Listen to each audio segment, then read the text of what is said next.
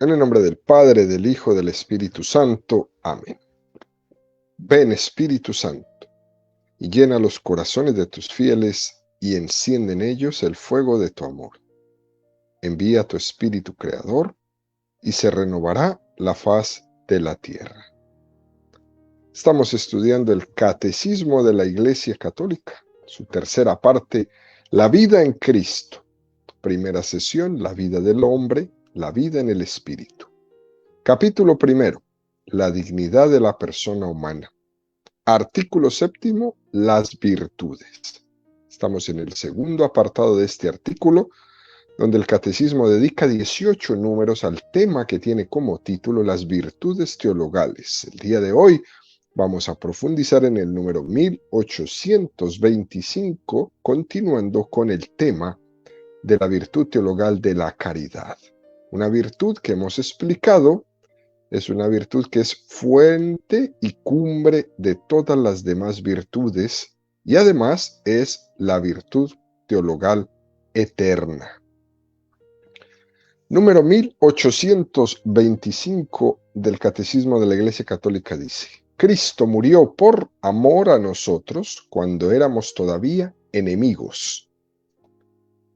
El Señor nos pide que amemos como Él hasta nuestros enemigos, que nos hagamos prójimos del más lejano, que amemos a los niños y a los pobres como a Él mismo. Es un número precioso este que nos presenta el Catecismo en esta mañana. El apóstol San Pablo es el que va a ofrecer una descripción incomparable de la caridad. Y él nos va a regalar una lista de la caridad. La caridad es paciente, servicial. La caridad no es envidiosa, no es jactanciosa, no se engríe, es decorosa. No busca su interés, no se irrita, no toma cuenta en mal, no se alegra de la injusticia, se alegra con la verdad. Todo lo excusa, todo lo cree, todo lo espera, todo lo soporta. Eso lo encontramos en la primera carta de los Corintios 13, 4, 7. Después de, en estos días, en estas catequesis pasadas, haber dado una fundamentación teológica de la caridad, este número 1825 del Catecismo, queridos amigos, quiere extraer unas consecuencias de la caridad, unas aplicaciones prácticas de la caridad. ¿De qué manera concreta podemos vivir en nuestra vida cotidiana la virtud teologal de la caridad? También este número nos puede servir para hacer un examen de conciencia sobre la vivencia de la caridad en nuestra vida cotidiana. En primer lugar, este número lo que nos enseña es a fundamentar el deber de nuestra caridad. Y esta palabra es importante, este verbo, tenerlo en letra mayúscula. Deber de caridad. En la caridad que tuvo Cristo con nosotros está fundamentada. Por eso el Catecismo dice: Cristo murió por amor a nosotros cuando éramos todavía enemigos. Romanos 5, 7, 10. En verdad, apenas habrá quien muera por un justo, por un hombre de bien. Tal vez se atrevería uno a morir. Mas la prueba de que Dios nos ama es que Cristo, siendo nosotros todavía pecadores, murió por nosotros. Con cuánta más razón, pues, justificados ahora por su sangre, seremos por él salvados de la cólera. Si cuando éramos enemigos fuimos reconciliados con Dios por la muerte de su Hijo, con cuánta más razón, estando ya reconciliados, seremos salvados por su vida. Qué impresionante texto este, queridos. San Pablo nos recuerda el hecho de que Cristo entrega su vida por nosotros cuando nosotros éramos pecadores. Cuando lo normal es que uno ayude pues al bueno, no al malo. Fíjense, cuando hablamos de que un mártir ha entregado su vida por Cristo, está entregando su vida por alguien que es santo, por Cristo. Pero primeramente, antes de que el mártir haya entregado su vida por él, Cristo ha entregado su vida siendo nosotros pecadores. Siendo así que el pecado nos ha enemistado con Dios. Y eso, queridos amigos, únicamente puede tener la explicación desde entender el amor gratuito. Pero es que además este amor gratuito explica cuál es la esencia del amor mismo de Dios. Y la clave está en entender que Dios nos ame porque nosotros somos buenos.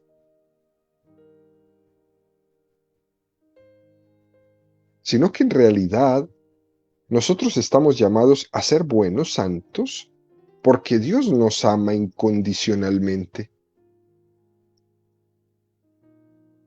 En alguna medida esto ocurre en la familia. El papá y la mamá quieren a su hijo, no porque se porte bien, sino porque es su hijo. Dios nos capacita para la bondad al crearnos, al amarnos. Por eso, aunque nuestro hijo sea un desastre, lo amo. No porque se porte bien, de hecho se porta muy mal, sino porque es mi hijo. Y por eso estamos dispuestos a luchar con ellos, a llorar con ellos, a caminar con ellos, a aguantarles todo, incluso malamente de parte nuestra, acolitarles todo, ¿no? En el Génesis, cuando Dios está creando las cosas, dice, y vio Dios que era bueno. Eso lo repite en todos los momentos de la creación. Alguno podrá interpretarlo en el sentido de lo amó porque era bueno, pero en realidad era bueno porque lo amó. Dios amó al mundo cuando todavía no existía y por puro amor lo creó. Esa es la creación. Y además Cristo murió por nosotros siendo pecadores, siendo enemigos suyos. Y a eso le llamamos redención. Dios amó el mundo cuando todavía no existía. Esa es la creación. Cristo murió por nosotros, pecadores, enemigos suyos. Esa es redención. Es decir, nos amó en un amor que estaba creando la esperanza en nosotros. Y con ello nos permitía pasar de ser enemigos a ser amigos de Dios. Qué cosa más maravillosa. Para hablar de Dios tenemos que recurrir a esa especie de espejos de Dios que son el rostro de los santos. Por ejemplo, vamos a tomar a San Juan Bosco. Los que conocen la vida de San Juan Bosco saben que él amaba su entrega y su ternura hacia los niños y hacia los jóvenes. Pero no porque él los veía buenos, sino que la apuesta por estos niños y estos jóvenes de la calle y que ellos tienen toda la oportunidad para fallarle. porque son hijos de la calle, son hijos de la marginación, y por tanto lo más posible, lo más probable, es que humanamente ellos le vayan a fallar. Pero la intuición que tenía San Juan Bosco es la de decir, yo les amo, y les amo en concreto, y además tengo la firme esperanza que ellos pueden cambiar, aunque humanamente lo más previsible es que me vayan a fallar. El milagro de San Juan Bosco es que era capaz de ganar el corazón de esos niños y de esos jóvenes porque veían que San Juan Bosco estaba apostando por ellos y que creía en ellos. Y él apostaba por ellos porque los amaba. Y al amarles, les posibilitaba cambiar de actitud, cambiar de vida. Y es entonces cuando se producían los milagros. ¿Por qué? Queridos amigos, porque el amor crea bondad. Ese es el reflejo de lo que es el amor de Dios en nosotros. Dios nos ha amado cuando nosotros no existíamos y nos creó por amor. Dios nos ha redimido cuando nosotros éramos sus enemigos. Eso es impresionante. ¿Te imaginas si cada uno de nosotros lograra en su vida actuar de esta manera? Cambiaríamos el mundo, creo, en un día. Luego dice el catecismo, ¿no? El Señor nos pide que amemos como Él hasta a nuestros enemigos. Y nos presenta el texto del Evangelio de Mateo 5, 43, 48. Habéis oído que se dijo, amarás a tu prójimo y odiarás a tu enemigo. Pues yo os digo, amad a vuestros enemigos y rogad por los que os persiguen, para que seáis hijos de vuestro Padre Celestial, que hace salir el sol sobre malos y buenos, y llover sobre justos e injustos. Porque si amáis a los que os aman, ¿qué recompensa vais a tener? ¿No hacen eso mismo también los publicanos? Y si no saludáis más que a vuestros hermanos, ¿qué hacéis de particular? ¿No hacen eso también los gentiles? Vosotros pues sed perfectos, como es perfecto vuestro Padre Celestial. Esto es un texto que nos voltea la vida del otro lado. Esto es una aplicación concreta de lo que es ese amor de caridad, imagen y reflejo del amor de Cristo en nosotros. Si solo me junto con los que me caen bien, ¿qué mérito tengo? Si en mi comunidad yo solamente saludo a los que me caen bien, ¿qué mérito tengo? Si solo le doy la mano a los de mi grupo, a los de mi movimiento, ¿qué mérito tengo? Hay que hacer todo lo contrario. Hay que voltear nuestra vida patas para arriba. El texto del Evangelio es impresionante. Amad a vuestros enemigos y recen por ellos. Por aquel que te tiene envidia, reza por él. Por el que te persigue, reza por él. Por el que habla mal de ti, reza por él.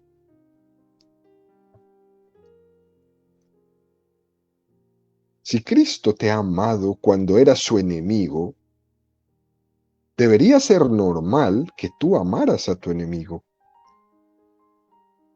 Porque la enemistad que tú tenías con Dios por el pecado era una enemistad infinita, mientras que las enemistades que nosotros tenemos aquí en la tierra son ínfimas, son pequeñitas comparadas con la enemistad que nosotros teníamos con Dios a causa del pecado.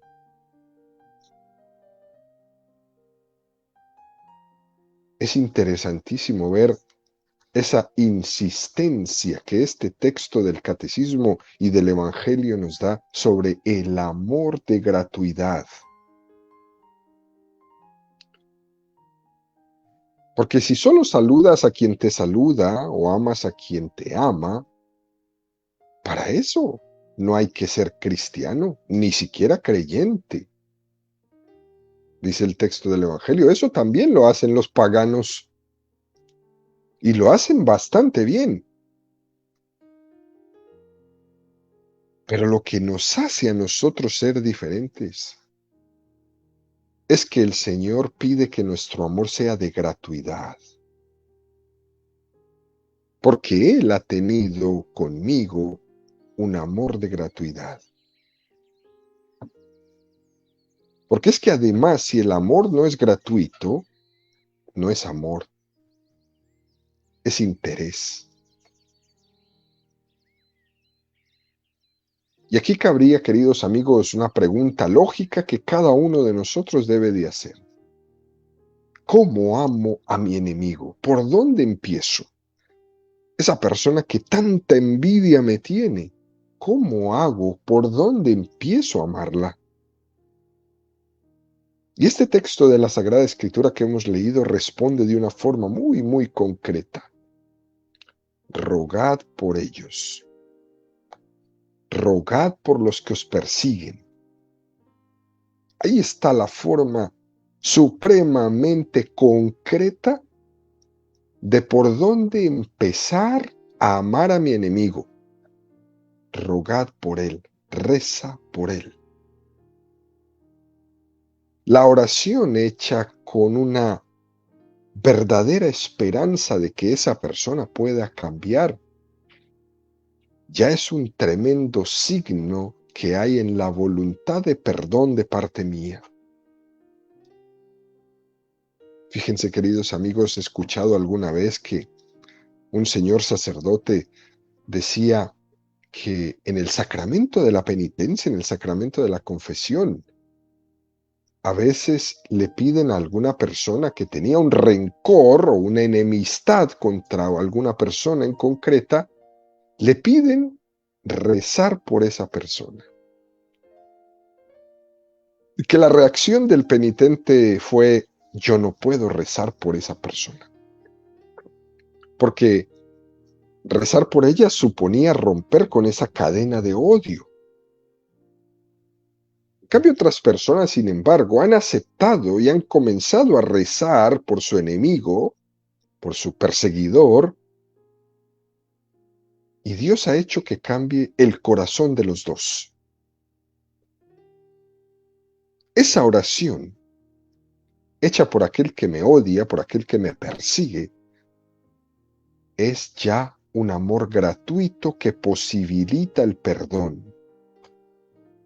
Por aquel que me abusó, por aquel que me hizo una extorsión, una estafa.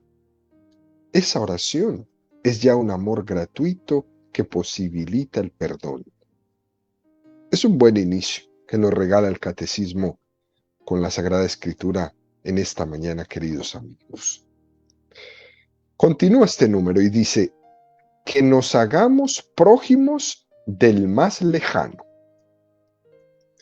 Qué expresión tan hermosa, y nos regala el texto de Lucas 10, 27, 37. Jesús respondió: bajaba un hombre de Jerusalén a Jericó y cayó en manos de los salteadores, que después de despojarle y golpearle, se fueron dejándole medio muerto. Casualmente bajaba por aquel camino un sacerdote y al verle dio un rodeo. De igual modo, un levita que pasaba por aquel sitio lo vio y dio un rodeo. Pero un samaritano que iba de camino llegó junto a él y al verle tuvo compasión y acercándose vendó sus heridas, echó en ellas aceite y vino, mandándoles sobre su propia cabalgadura, le llevó a una posada y cuidó de él. Al día siguiente, sacando 2 denarios, se los dio al posadero y dijo: cuida de él, y si gasta algo más, te lo pagaré cuando vuelva. ¿quién de estos tres te parece que fue prójimo del que cayó en manos de los salteadores? Él dijo, el que practicó la misericordia con él.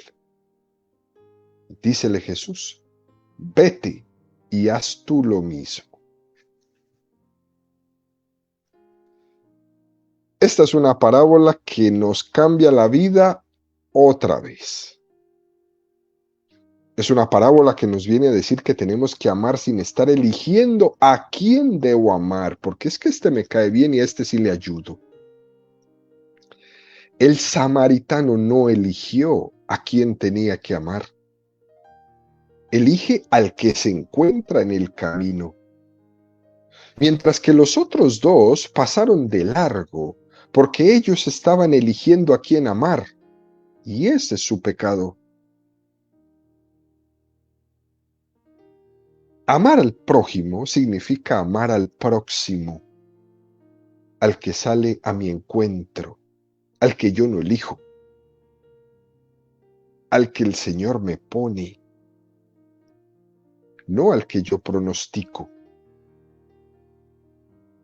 Porque es que resulta, queridos amigos, que si yo elijo a quién ayudo, a quién amo, en el fondo me estoy buscando a mí mismo, estoy buscando mis gustos, mis conveniencias, estoy incluso buscando mis intereses, ayudo a este para que después me ayude a mí, mis conformidades.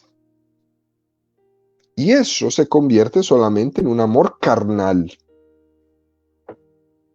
Pero cuando yo no elijo, a eso se le llama amor sobrenatural.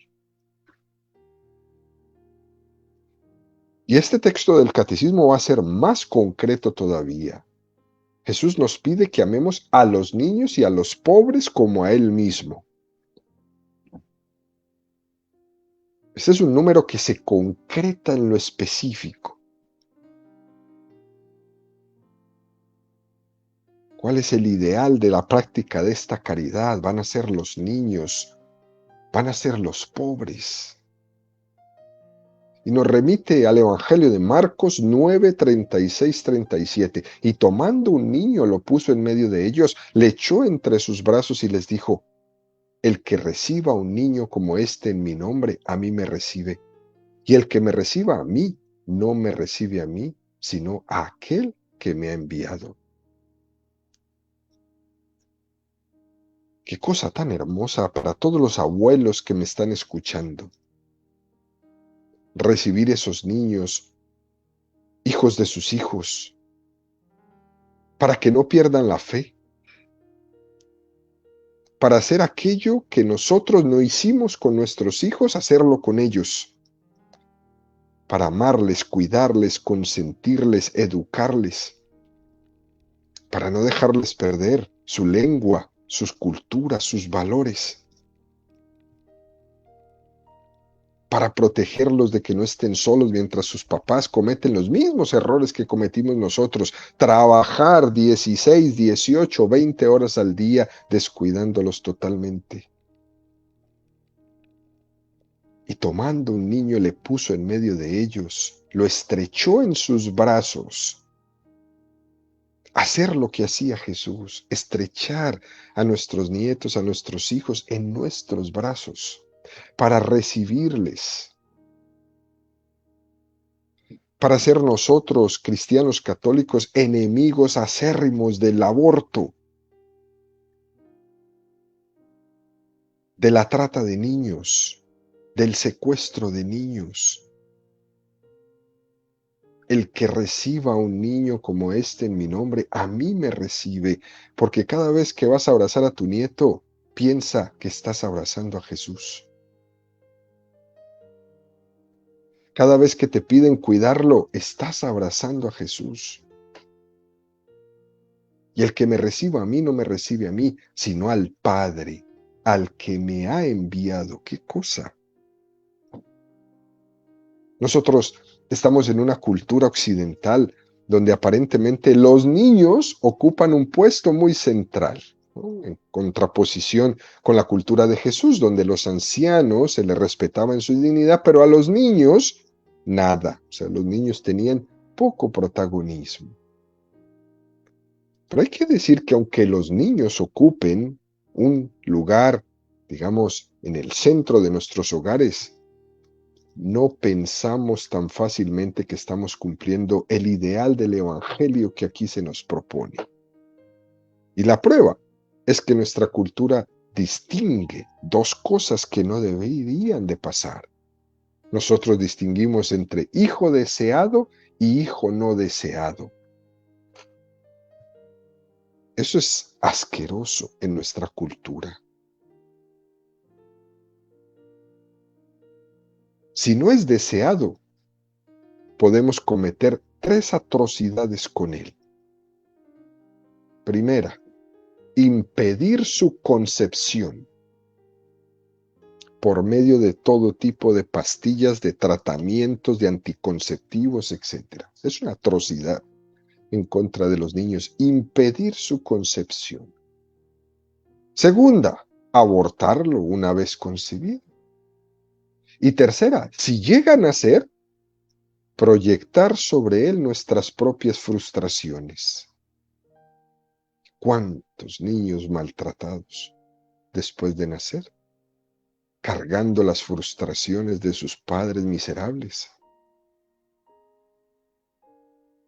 Ahora bien, si el hijo es deseado, podemos llegar a tener incorrecciones. Puede llegar a ser un niño excesivamente mimado, malcriado, consentido en exceso, que lo convertimos en un tirano pequeñito. Jesús, cuando habla de amar a los niños, está hablando de amar la sencillez. Por lo tanto, no se puede tener un amor posesivo hacia un hijo. Tienes que amar y después darle libertad para que haga en su vida lo que Dios quiere para él. En eso también está reflejado este amor de gratuidad.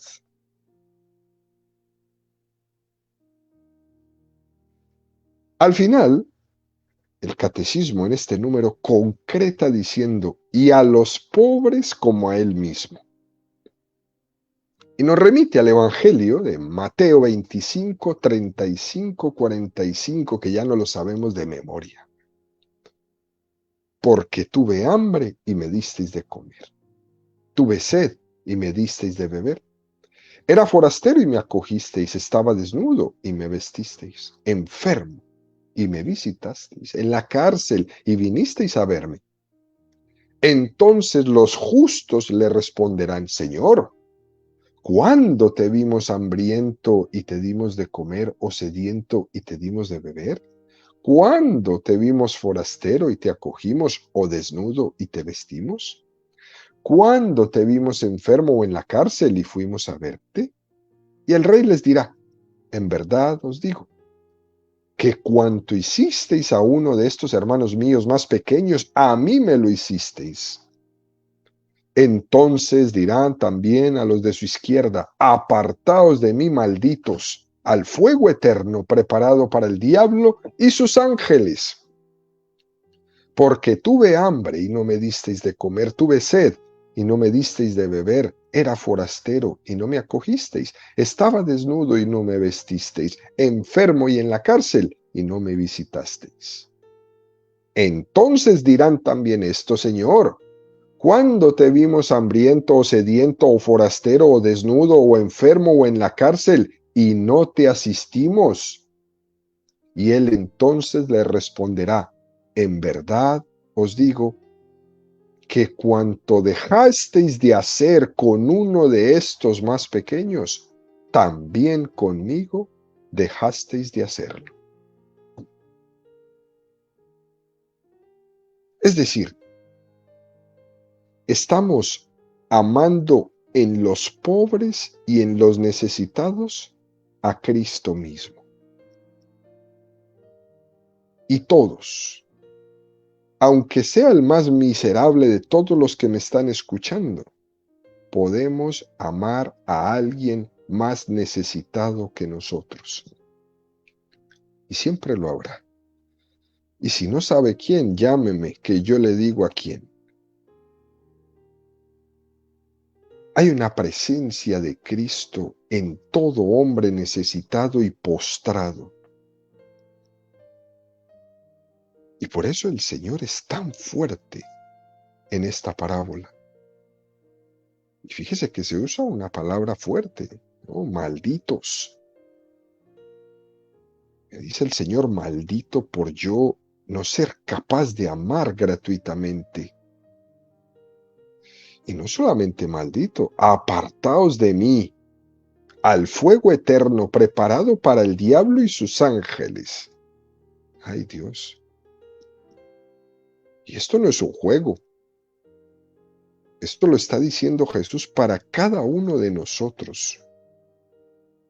¿Amas o no amas? En concreto, repartiendo tus cosas, compartiendo tu chamarra, compartiendo tu trabajo, compartiendo tu dinero, compartiendo tu arroz, compartiendo tu tiempo, compartiendo tu licencia de conducir para llevar a uno que no la tenga, compartiendo tu agua, compartiendo una cobija o compartiendo un cuarto en tu lecho.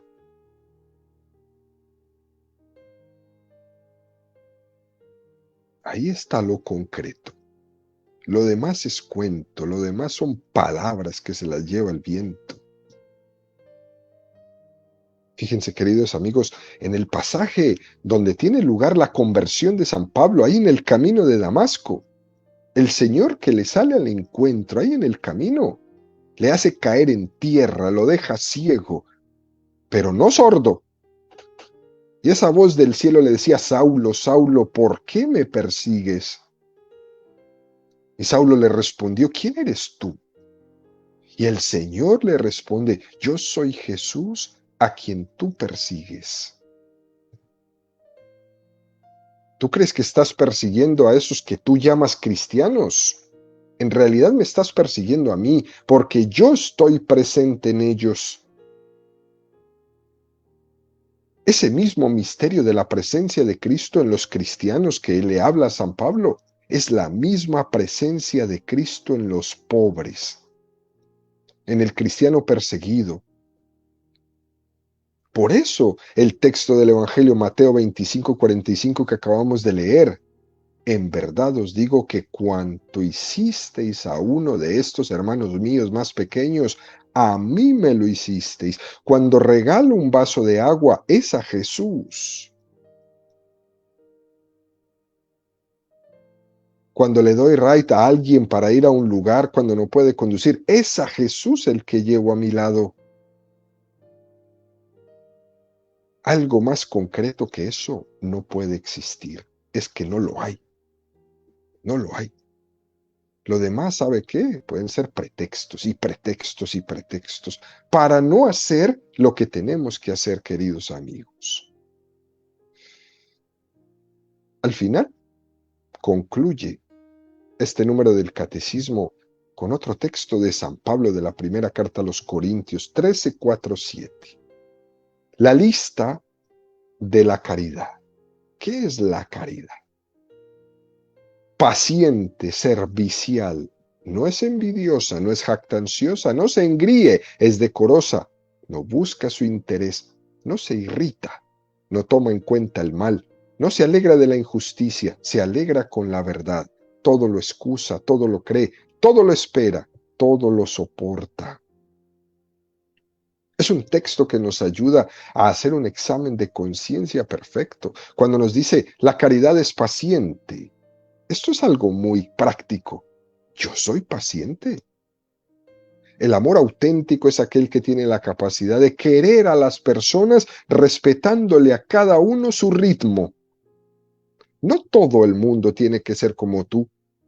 No todo el mundo tiene que ser igual de acelerado, igual de inteligente, igual de eficiente, igual de rico, igual de... No, no todo el mundo.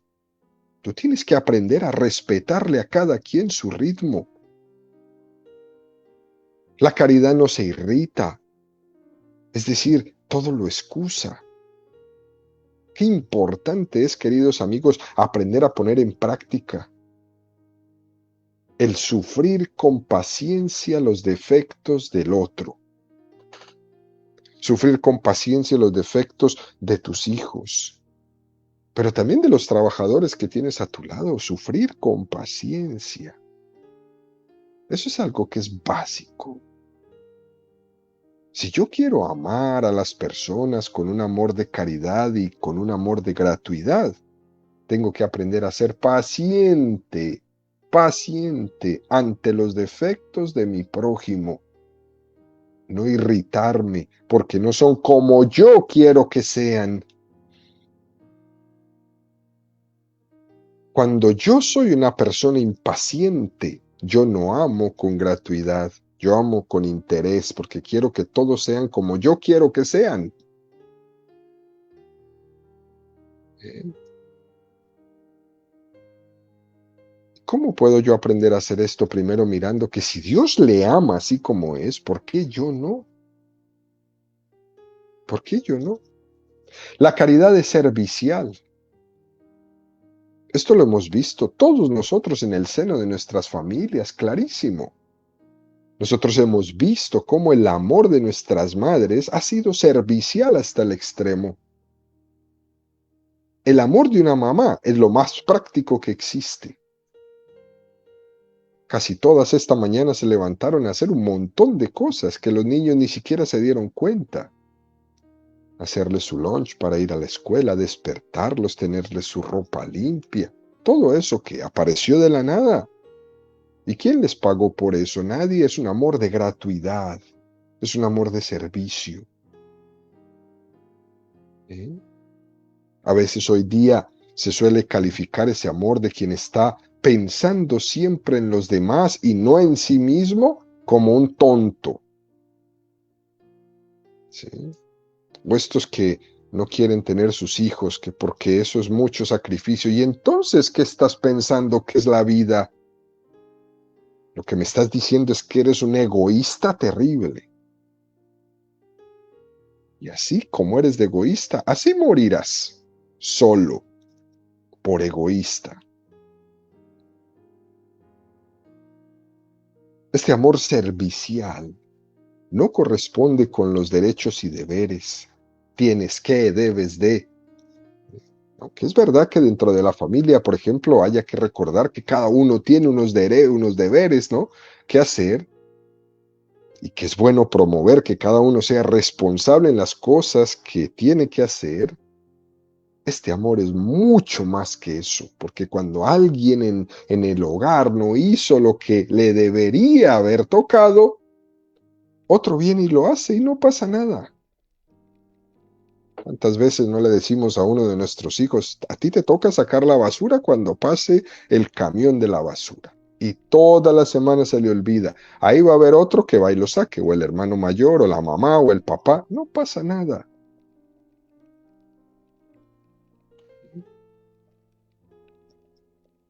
Es importante nosotros trabajar en esto, en el amor servicial, en la caridad servicial. La caridad no es envidiosa. Es decir, que la caridad es alegría con el bien. Que yo me alegre con el bien del otro, no me entristezca cuando otro triunfe, cuando otro logre algo bueno. Jamás entristecerme por el bien. Yo me alegro por el bien en sí mismo. Y ese bien es difusivo. Y es bueno para mí. Y por último, la caridad no es jactanciosa. La caridad no se engríe en lo que tiene. La caridad no se engríe por lo que posee, por lo que ha acumulado. La caridad es humilde, tiende a desaparecer, tiende a amar sin ser el protagonista.